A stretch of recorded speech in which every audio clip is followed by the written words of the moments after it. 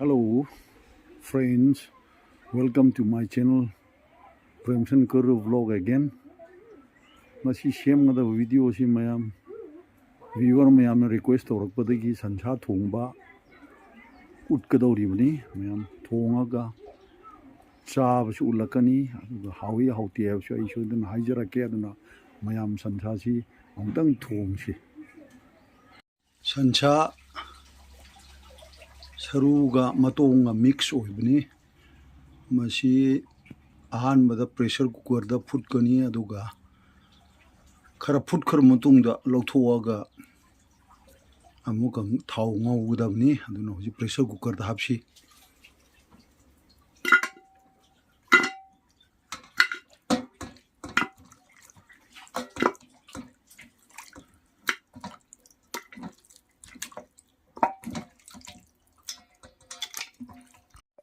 ising yam hapte khara hapchin gre hoji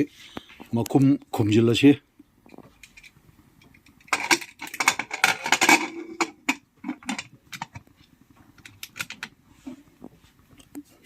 sidagi pana pullaga khara yaragani habdu da lawthoga madu phajina amuka thongadabni thau yauna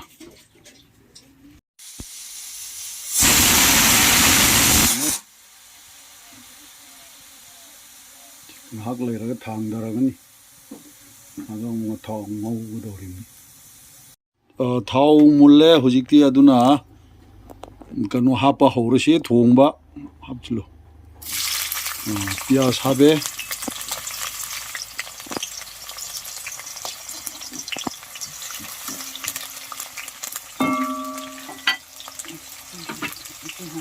tejpamuna habe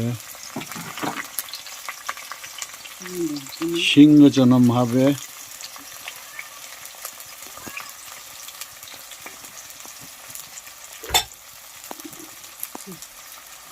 hapchilo umuro hapchille haribo habe maru marang oina habe adigi dhania habe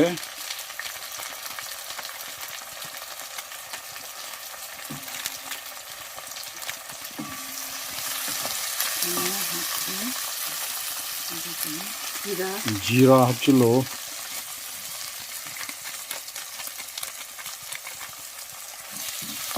जीरा habe oye hapchilo adu ol yengang ni yengang powder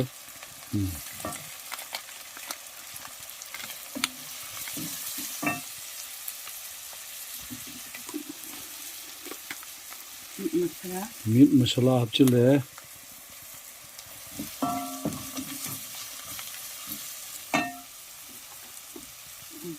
Kashmiri mirchi powder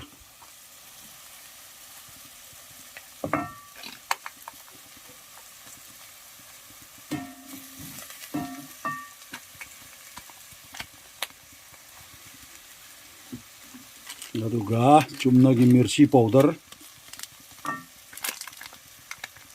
yare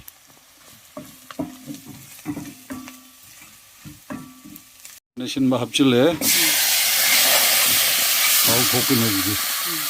no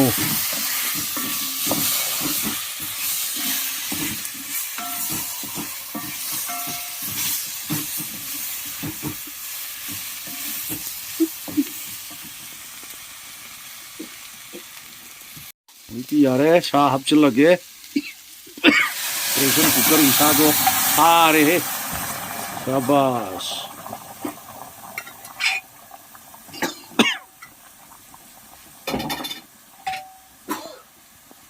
olo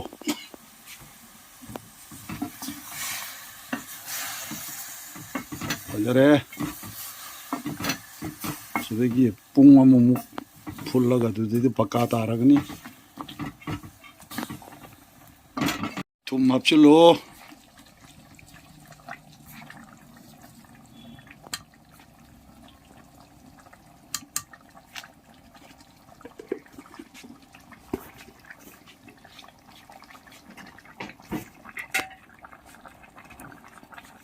olo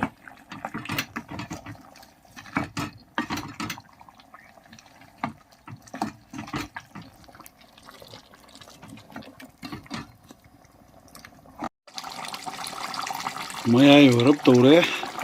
chu phajare masak phajare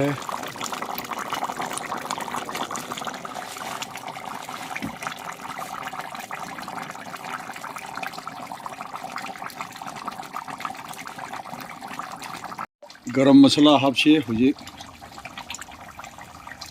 koi dana mullagadamni na garam masala hapse alu khamen sinbaga khitang hapani nang lawngai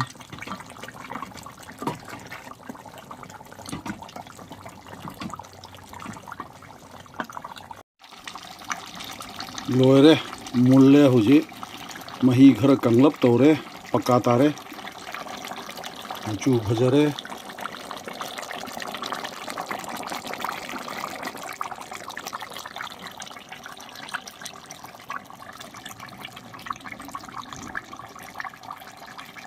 thangdare se hojiti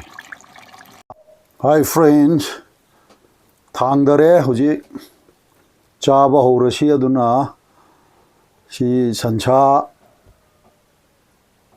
maruga matong pakpa sanchani adu kobi champut laphu thoro ametpa yongcha ka thoidinga singju leire aduna ngasi aigi viewer singna nongmatangdi sancha charo habdagi masi thorang tawjawni aduna mayam chaba horasi asi han chiksi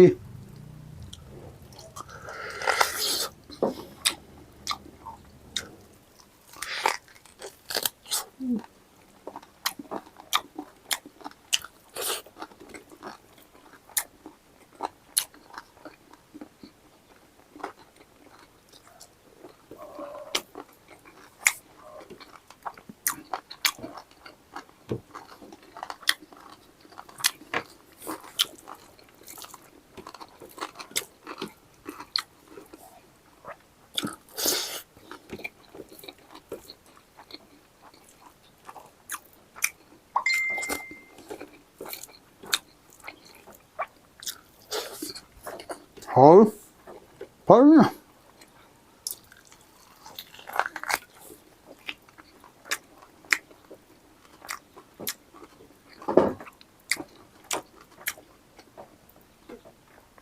Khoai hầu đấy,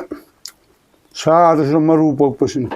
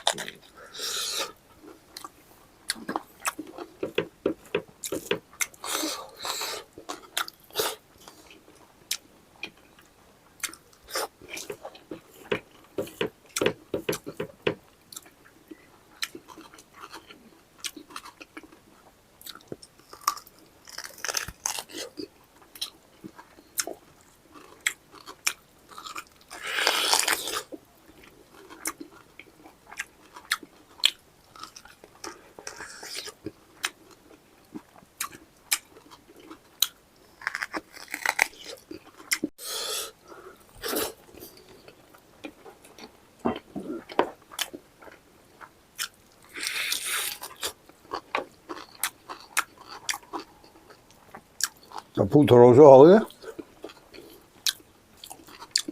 용작 신주쇼 빡까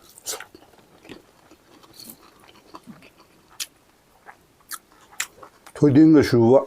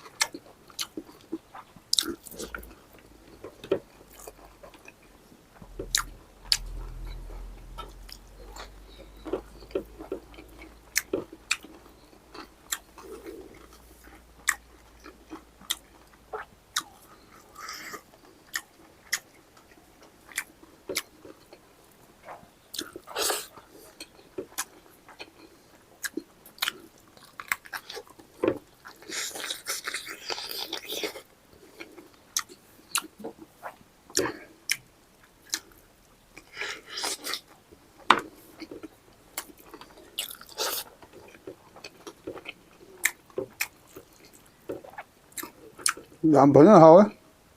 làm phụ chú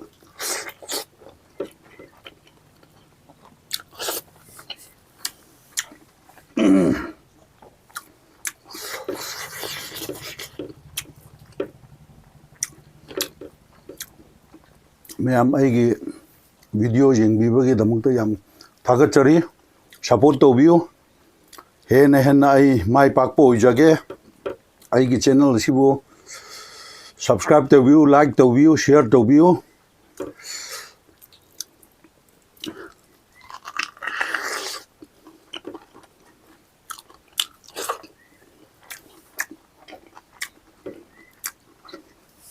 bye